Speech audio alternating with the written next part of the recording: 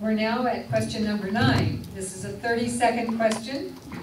What criteria will you use to judge the importance of individual public comments at City Council meetings? Ms. Chavez?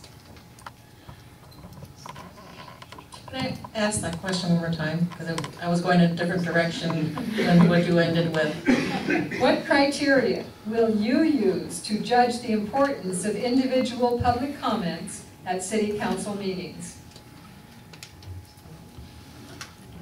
A lot of times there's not any follow-up after public comments. And I think that's what has been a problem, because they need to be answered.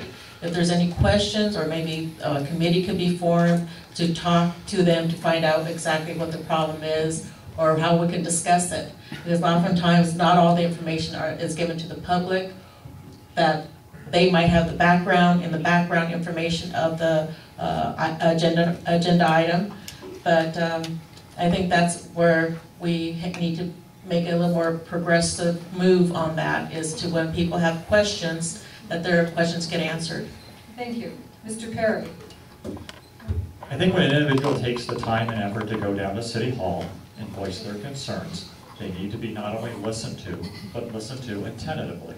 And people, and our council members, should sit there, listen to them, pay attention to what's going on, and listen to all public comment that's made, regardless of whether they like hearing it or not.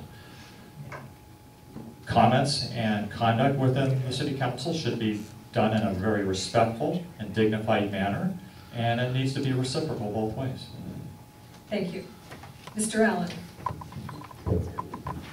I would never judge anybody's comment period at City Hall. I think everybody has a right to go there and say whatever they want to say. After all, this is their city. I do think they need to be listened to a little bit more, and I would, if anything, I'd like to see more people go down there and address our City Council people. But the civility is very, very important, and I think you can make your point to City Council without getting into any kind of Donnybrooks. Thank you. Mr. Santori. Well, sitting on the commission, we had people that came down there, and you have to listen to them.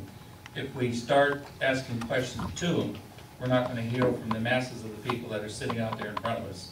So there's a time that you answer questions, and that's on a one-on-one basis, and there'll be a telephone call or email that you'll be able to use to get that one-on-one answer from me.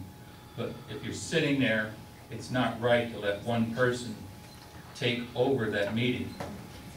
Thank you. Mr. Mahatatsi? I think the speakers at the council meetings should be heard, as long as they're not rambling incoherently and incessantly. There are important issues that people want to get across to the council, and I do not mind passionate speaking, but it has to be respectful. And I'd like to open a suggestion box or committee where people have a free reign in calling the calling number or an email or something and putting their suggestions in for the city. Thank you. Mr. Andrews?